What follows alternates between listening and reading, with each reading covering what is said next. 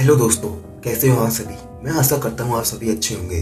मैं जो घटना आपको सुनाने जा रहा हूँ ये बहुत डरावनी घटना है। इसे ध्यानपूर्वक सुनने की कोशिश करना। गांव के बाहरी इलाके में एक पुरानी हवेली थी जिसे साबित हवेली कहा जाता था।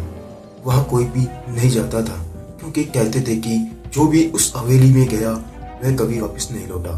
मोमिता गाँव की सबसे साहसी और विद्यासु लड़की थी।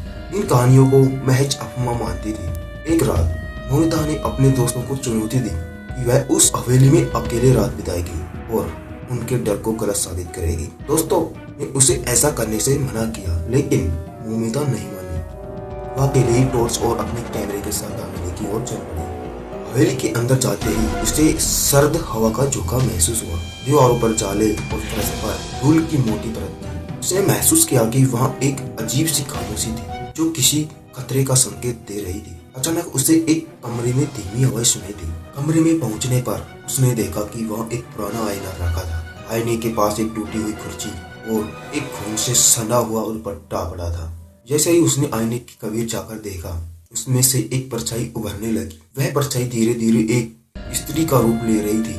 परछाई ने पूछा, तुम कौन हो? मोमिता ने कांपती आवाज में पूछा। परछाई ने जवाब दिया, मैं वही हूँ जिसे इस गांव वालों ने धोखा दिया और जिंदा जला दिया। मैं इस हवेली की असली मालकिन अनामिका हूँ।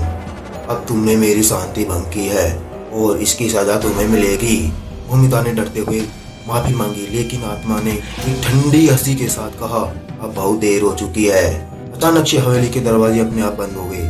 मोमिता ने भागने की कोशिश की लेकिन हर रास्ता बंद हो चुका था। आत्मा ने अपना भयानक रूप धारण किया और मोमिता को अपने चक्कर में ले लिया।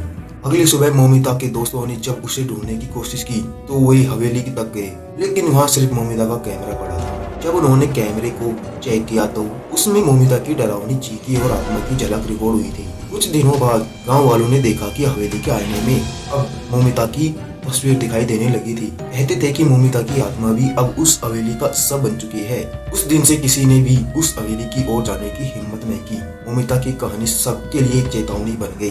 कुछ रहस्यों को छोड़ना इंसान के लिए घातक हो सकता है। अगर ये वीडियो आपको अच्छी लगी हो तो वीडियो को ज्यादा से ज्यादा शेयर करें और हमारे चैनल को सब्सक्राइब करें। Thank you.